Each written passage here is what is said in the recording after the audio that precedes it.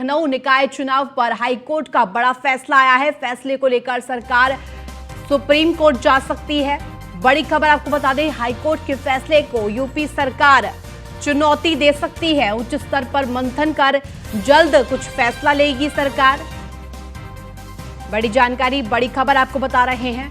फैसले को लेकर सरकार सुप्रीम कोर्ट जा सकती है।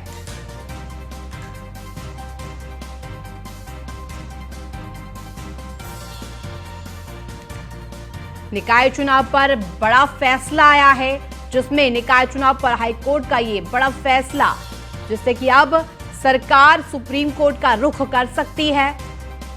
हाईकोर्ट के फैसले को यूपी सरकार चुनौती दे सकती है और ग्राफिक्स के जरिए हम आपको समझाते हैं। हाईकोर्ट में यूपी सरकार का ड्राफ्ट खारिज किया। बिना ओबीसी आरक्षण के ही चुनाव होगा और ऐसे में ओबीसी की आरक्षित सीटें जनरल में गिनी जाएंगी। बिना ट्रिपल टेस्ट के ओबीसी आरक्षण नहीं, ये कहना है हाईकोर्ट की बेंच का। वहीं निकाय चुनाव पर हाईकोर्ट के फैसले को लेकर डिप्टी सीएम ब्रजेश पाठक ने न्यूज वन इंडिया से खास बातचीत की। क्या कुछ कहा, आपको सुनवाते हैं। हमारे साथ है deputy CM Brajesh Pathak. Sir, जिस तरीके से आज हाईकोर्ट का फैसला आया है निकाय चुनाव को लेकर, तो क्या लग रहा है, विपक्ष कह रहा है कि आरक्षण नहीं देना चाहते थे, इसलिए इस तरीके का हम माननीय न्यायालय के निर्णय का भी परीक्षण करा रहे हैं और जैसे परीक्षण के बाद जो निष्कर्ष निकलेगा हम आपके समक्ष दोबारा आएंगे। लेकिन हर स्थिति में उत्तर प्रदेश में हम चुनाव चाहते हैं और सभी समाज के भाई बहनों को हम पूरा सम्मान देंगे। ओबीसी, एसटी, एसटी सभी समाज के हमारे भाई बहन परिवार के सदस्य हैं और भारतीय जनता पार्टी सबको साथ लेकर के चलती है। बीजेपी चुनाव के लिए तैयार है? हम हमेशा चुनाव के लिए तैयार हैं। राहुल गांधी अपनी यात्रा निकाल रहे हैं, यूपी से शुरू होने वाली है। वो फ्लॉप शो है, उत्तर प्रदेश में तो उनका कोई मतलब नहीं है। धन्यवाद। ये है डिप्टी सीएम ब्रजेश पाठक, जो बता रहे हैं कि जो हमारे कानूनी जानकार हैं, पूरे मामले को देख रहे हैं। हमारी कोशिश होगी कि हम बेहतर ढंग से चीजों को करें, सभी वर्गों को प्रतिनिधित्व देंगे। साथ ही साथ जो राहुल गांधी की यात्रा है वो फ्लॉप है और बीजेपी पूरी तरीके से चुनाव के लिए तैयार है। कैमरामैन सैफ के साथ मैं इसके Vajpayee, news one India, Lucknow. वही यूपी सरकार के नगर विकास मंत्री ए के शर्मा ने बड़ा बयान दिया है। उन्होंने कहा है कि हाईकोर्ट के निर्णय के अनुसार हम आयोग गठित करेंगे और ट्रिपल लेयर के अनुसार ही आरक्षण व्यवस्था को लागू करेंगे। साथ ही उन्होंने कहा कि आवश्यकता होगी तो सुप्रीम कोर्ट का भी रुख किया जाएगा।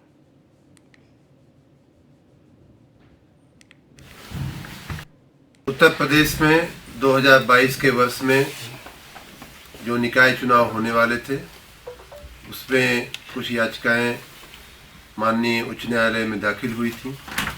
उस संदर्भ में आज माननीय उच्च न्यायालय का निर्णय आया है। राज्य सरकार का सोचना है कि माननीय उच्च न्यायालय के निर्देशानुसार आयोग गठित करके ट्रिपल टेस्ट की जो प्रक्रिया है उसे पूर्ण करके हम ओबीसी को आरक्षण देने के बाद ही हम चुनाव कराएंगे और उसके बाद जो चुनावी प्रक्रिया है उसको हम करेंगे। हम इसके कानूनी पहलुओं को और भी हम गंभीरता से, गहराई से अध्ययन कर रहे हैं और अगर आवश्यक होगा तो हम सुप्रीम कोर्ट भी जाएंगे हमारे वकीलों की सलाह लेकर के। हम इस वही ओबीसी आरक्षण मामले को लेकर अखिलेश यादव ने ट्वीट किया और लिखा, आज आरक्षण विरोधी भाजपा निकाय चुनाव में ओबीसी आरक्षण के विषय पर घड़ियाली सहानुभूति दिखा रही है। आज भाजपा ने पिछड़ों के आरक्षण का हक छीना है। कल भाजपा बाबा साहब द्वारा दिए गए दलितों का आरक्षण भी छीन लेगी। आरक्षण बचाने के लिए इस लड़ाई में हमारे साथ शामिल हो। लड़ाई में पिछड़ों और दलितों से सपा के साथ देने की अपील है।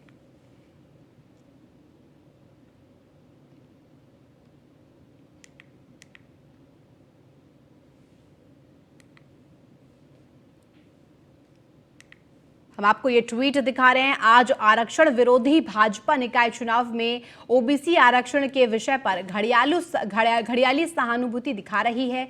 आज भाजपा ने पिछड़ों के आरक्षण का हक छीना है। कल भाजपा बाबा साहब द्वारा दिए गए दलितों के आरक्षण को भी छीन लेगी। आरक्षण को बचाने के लिए हमारे साथ जुड़िए। बहुत ही दुर्भाग्य है कि हमारा पिछड़ों का हक छीना जा रहा है। और ये केवल पिछड़ों का हक नहीं छीना जा रहा है। भारतीय जनता पार्टी इस सत्ता में रही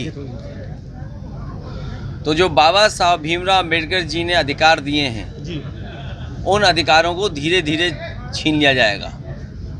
अभी कुछ चीज़ें दिखाई दे रही हैं और कुछ चीज़ें नहीं दिखाई दे रही हैं। भारतीय जनता पार्टी हमेशा आरक्षण विरोधी काम किए उसने। भारतीय जनता पार्टी आरक्षण विरोधी है, पिछड़ा विरोधी है, दलित विरोधी है। इन्हें संविधान की किसी भी व्यवस्था से कोई मतलब नहीं है। जो बाबा साहब भीमराव अम्बेडकर जी ने अधिकार दिए थे उन अधिकारों को धीरे धीरे भारतीय जनता पार्टी छीनना चाहती है और जितने भी उनमें पिछड़े नेता हैं वो सब मुंह बंद करके बैठे हुए हैं। अगर सरकार सही तरीके से पैरवी करती, सरकार सही तरीके से पक्ष रखती तो आज पिछड़ों को आरक्षण मिलता।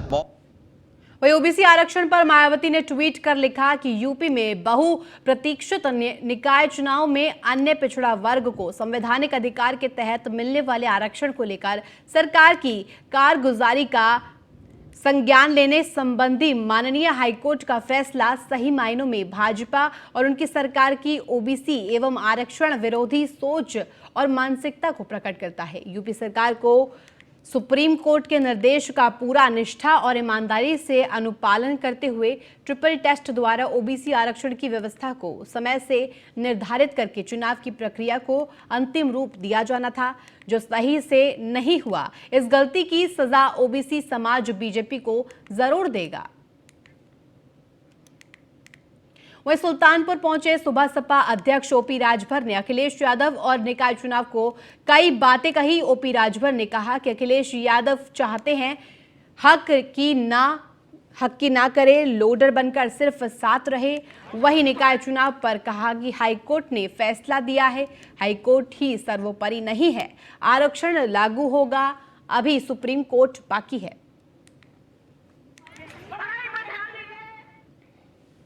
कि आपके सामने महिला हक अधिकार महारैली आज फैजाबाद मंडल के सुल्तानपुर जिले में हो रहा है। अभी आजमगढ़ मंडल के मऊ जिले में 18 दिसंबर को महिला हक अधिकार महारैली हुई थी, जिसमें आप देख रहे हैं मंच पे सिर्फ महिलाएं संचालन, भाषण और श्रोता और वक्ता भी वही है। देश में 50% आबादी इनकी है, तो इनकी डिमांड है कि 50% लोकसभा विधानसभा में सीटें आरक्षित हो। शिक्षण संस्थाओं में चाहे प्राइवेट हो चाहे सरकारी हो, वहाँ भी 50% सीटें आरक्षित हो। नौकरियों में भी 50% इनको रिजर्वेशन मिले। जब गांधी जी के नाम पर गुजरात में शराब बंद हुई तो बिहार में भी शराब बंद हुई, पांडिचेरी बंद हुई। तो इनकी डिमांड है, ये चाह रही है कि हमारे उत्तर प्रदेश में ही पूरे देश में शराबबंदी हो।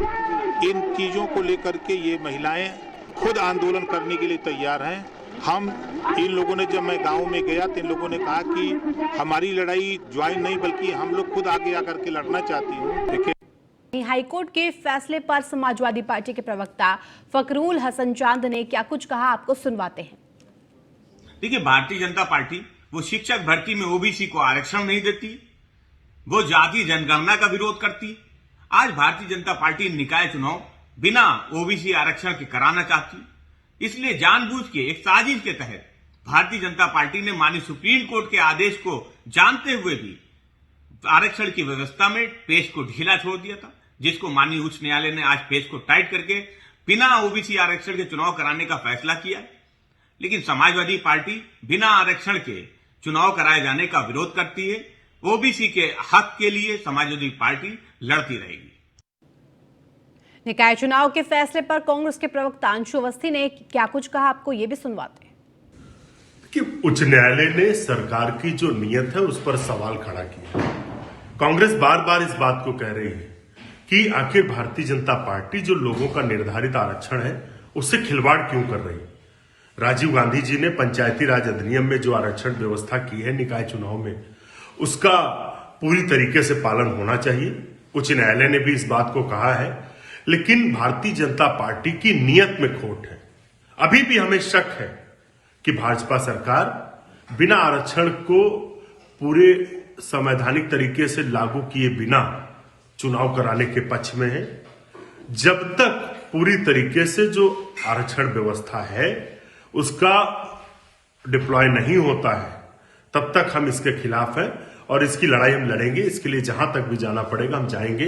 अभी भी अगर भाजपा सरकार, जिसको हाईकोर्ट ने सख्त टिप्पणी करते हुए उनके ऊपर सवाल खड़ा किया है, अगर भाजपा सरकार अभी भी नहीं चेती तो आप ये समझ लीजिए कि भाजपा सरकार का चरित्र क्या है। वहीं आम आदमी पार्टी के राज्यसभा सांसद संजय सिंह ने निकाय चुनाव को लेकर ट्वीट किया और लिखा।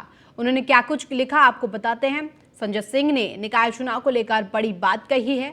बीजेपी पिछड़ों की विरोधी है। नगर निकाय के चुनाव में पिछड़ों का हक मारने के लिए जानबूझकर गलत आरक्षण कराया गया। बिना ओबीसी आरक्षण के चुनाव कराना चाहती है बीजेपी की सरकार।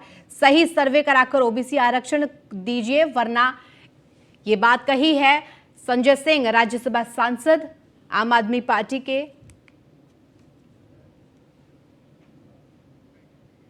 मैं बार बार इस बात को कहता हूं कि भारतीय जनता पार्टी अपनी मानसिकता से, अपनी विचारधारा से, अपने कर्मों से पिछड़ों, दलितों और शोषितों की विरोधी है। और आज जो हाईकोर्ट का फैसला नगर निकाय के चुनाव के संबंध में आया है, इससे एक बार फिर साबित हुआ है कि भारतीय जनता पार्टी पिछड़ों के खिलाफ है, पिछड़ों के आरक्षण के खिलाफ है, पिछड़ों को उनका हक देने के खिलाफ है। अब इस नगर निकाय के चुनाव में संवैधानिक प्रक्रियाओं का पालन करके आयोग बनाकर सर्वे कराकर आरक्षण लागू करना था, लेकिन जानबूझकर आदित्यनाथ जी की सरकार ने, भारतीय जनता पार्टी की सरकार ने ऐसा गड़बड़ आरक्षण किया कि हाई कोर्ट ने इनके नोटिफिकेशन को रद्द कर दिया। हाई कोर्ट ने इनके आरक्षण को रद्द कर दिया और यह कह दिया कि आप अगर प्रक्रियाओं का पालन करते हैं तो आरक्षण में ओबीसी को उनका हक मिलेगा। अगर आपने बगैर प्रक्रिया का पालन किए आरक्षण की व्यवस्था लागू की तो बिना आरक्षण के आप चुनाव करा दो। इसका मतलब उत्तर प्रदेश का नगर निकाय का चुनाव बगैर ओबीसी आरक्षण के होगा।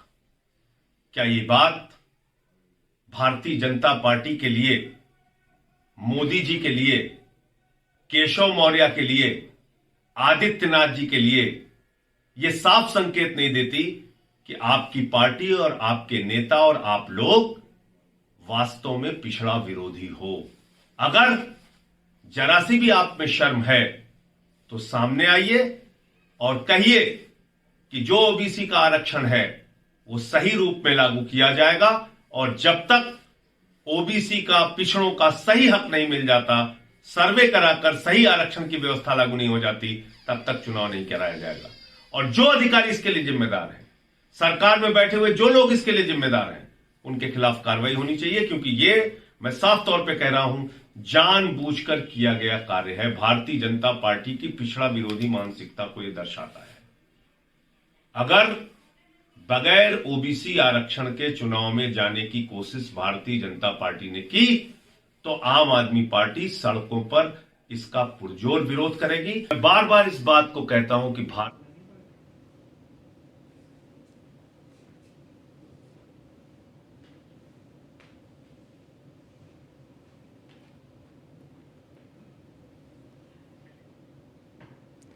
पिछड़ों का हक मारने की कोशिश कर रही है बीजेपी, ये कहना है राज्यसभा सांसद आम आदमी पार्टी के संजय सिंह का।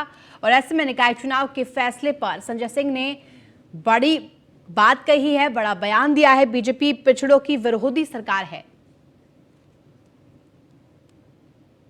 वही अमरोहा पहुंचे केंद्रीय मंत्री जितेंद्र सिंह ने छात्र छात्राओं के साथ मतदाता संवाद किया और केंद्र सरकार की उपलब्धियां गिनाई। छात्र छात्राओं ने भी केंद्रीय मंत्री से पूछे सवाल और मंत्री ने सभी छात्रों की ओर से पूछे गए सवालों का जवाब भी दिया। केंद्रीय मंत्री ने सरकार की उपलब्धियां गिनाते हुए कहा कि मोदी सरकार ने युवाओं को रोजगार देने का काम किया है। हमारी सरकार में बहन बेटी किसी भी समय अपने घर बेखौफ होकर जा सकती है। घर वालों को अब बेटी की चिंता नहीं रहती। बेटियों का सड़क पर चलना हमारी सरकार में पूरी तरह से सुरक्षित है। देखिए, ये आज युवा संवाद कार्यक्रम था जिसमें माननीय केंद्रीय मंत्री भारत सरकार साइंस एंड टेक्नोलॉजी और पीएमओ के राज्य मंत्री आदरणीय श्री जितेंद्र सिंह ने इसमें शिरकत की और युवाओं से, छात्र छात्राओं से रूबरू हुए। बेसिकली एजेंडा क्या था कि पिछले 10 सालों में जो हम बात कर रहे हैं, देश बहुत मजबूत हुआ है, बहुत इफेक्टिव तरीके से डिजिटल इंडिया, स्वस्थ भारत, समृद्ध भारत, इनकी बात कर रहे हैं, स्किल इंडिया की बात कर रहे हैं। पिछले 10 सालों में जो ऐतिहासिक काम हुए, एक दशक में जो ऐतिहासिक काम हुए, उसको लेके उन्होंने अपना विवरण रखा। युवाओं ने उनसे तरह तरह के सवाल जवाब किए, जिसका मंत्री जी ने बहुत उसके साथ जवाब दिया। युवाओं ने महिला सशक्तिकरण को लेकर, विदेश नीति को लेकर, भारतीय इकोनॉमी को लेकर, इंफ्रास्ट्रक्चर्स को लेकर, शिक्षा को लेकर, स्वास्थ्य को लेकर तमाम तरह के अपने सवाल उनसे किए, जिसका मंत्री जी ने जवाब दिया। तो फिलहाल इस बुलेटिन में बस इतना ही। आप देखते रहिए न्यूज़ 1 इंडिया।